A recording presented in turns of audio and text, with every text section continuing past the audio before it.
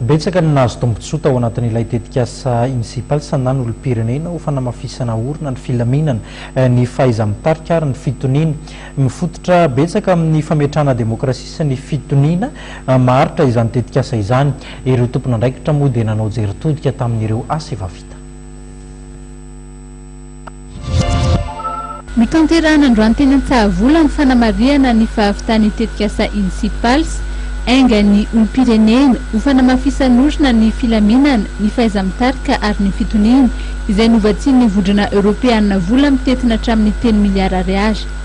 Ny tanjon'ny tetikasa dia ny fanomezan-tanana ho fametrahana Fitoniana sy ho fampanjariana ireo dingana ho fametrahana ny demokrasia eto Madagasikara.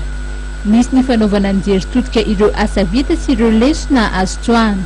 Ny tena vita tao anatin'ny tetikasa Incipals zany dia ataontsika hoe ny fahazahoan'ireo nandray-anjara tao anatiny izay miisa 3,700 zareo tombo manokana nafahandry zareo nafahantsy bebe tenany nivelatra tamin'ny hafa izay aloha ny anankiray.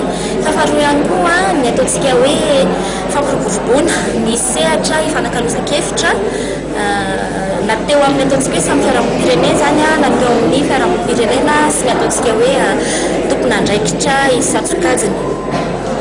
Mariana fata tao anatin'ny tetikasa izay totosaina tao anatin'ny enina ambin'ny folo volana dia miisa 7 ireo fandaharana tokotany iraisana natao tamin'ny fampelezam-pirenena fa misy kosa 450 nisan'izy ireo izay nampitaina kosa tamin'ny fandaharam-peom-pasitra. Ny lehiben'ny masivony vondrona Europeana miasa sy moneto Madagasikara dia nanambara fa afa-po tamin'ny fampiasana ny famatsim-bola. Oui, on est bien satisfait. Tu vois, c'est un financement bien utilisé. On a pu voir aujourd'hui les bilans. Nisy ny fijoroana vavolombelona nataon'ireo izay nahazo tombontsoa tao anatin'ny tetikasa. Nampiavaka ny Incipals ny fakana ny hevitry ny mpisitraka sy ny mpiara-miombonantoka rehetra mba hifanaraka amin'izay andrasan'izy ireo ny hetsika atao. Izany dia mba ahatonga ny hetsika amaly tsara ireo fanamby napetraka araka ny zavatra misy ankehitriny.